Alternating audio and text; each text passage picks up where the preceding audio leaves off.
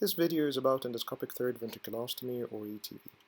This technique has recently shown growing popularity in the past few decades, ever since it has been initially performed in the 1930s. Its initial growth has been hampered by the high morbidity profile, the non-rigorous patient selection, poor visualization owing to the poor optics, and the low efficiency of the technical adjuncts and equipment. But recently, optical technology has dramatically improved, and the CSF provides an optimum fluid medium for light and image transmission. Here we're presenting the case of an 11-year-old boy presenting with manifestations of increased tension. Sagittal T2 MRI shows a short segment aqueduct stenosis with supratentorial hydrocephalus. Conventional treatment option would be a ventriculoperitoneal shunt, but in the presence of obstructive hydrocephalus, an ETV is considered a good alternative. The best trajectory for the ETV is nothing standard. Standard Cocker's point is the most commonly employed entry point, but it's better to tailor it according to the patient's images and determine the trajectory accordingly. Straight line connecting from the surface of the skull, going through the Foramen of Monro, and passing to the third ventricle down to the floor would give us a good trajectory. Here's a view to the right side of the lateral ventricle, showing the Foramen of Monro with the thalamostrate vein to the right side, the septal vein to the left side at 9 o'clock, and the choroid plexus. Then we navigate into the third ventricle, passing through the Foramen of Monro. And the aim here is to create a fenestration inside the floor of the third ventricle. Then this fenestration could be advanced or moved further,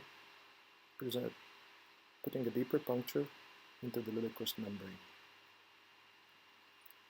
Puncturing and identifying a well-formed Liliequist membrane is a very crucial point to the intraoperative success of endoscopic third ventriculostomy. Otherwise, we will be opening the third ventricle into a closed compartment with a closed intercalanclar cistern. After third ventriculostomy is done with either a grasping forceps or a ventriculostomy forceps, a Fogarty catheter is employed to widen the fenestration for better visualization. Here we're widening the fenestration inside the floor of the third ventricle, and here the fenestration of the Liliequist membrane is widened by the Fogarty catheter.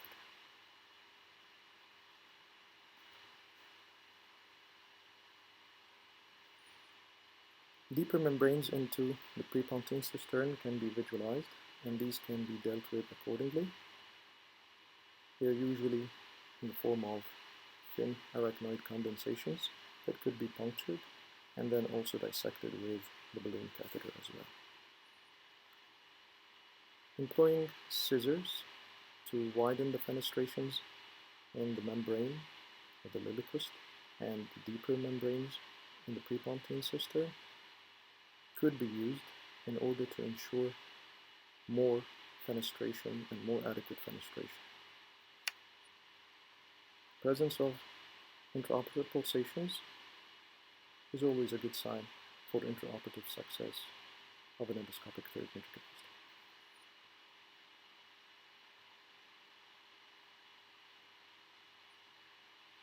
After conclusion of the procedure, a good view of the pulsating floor of the third ventricle is always a reassuring sign.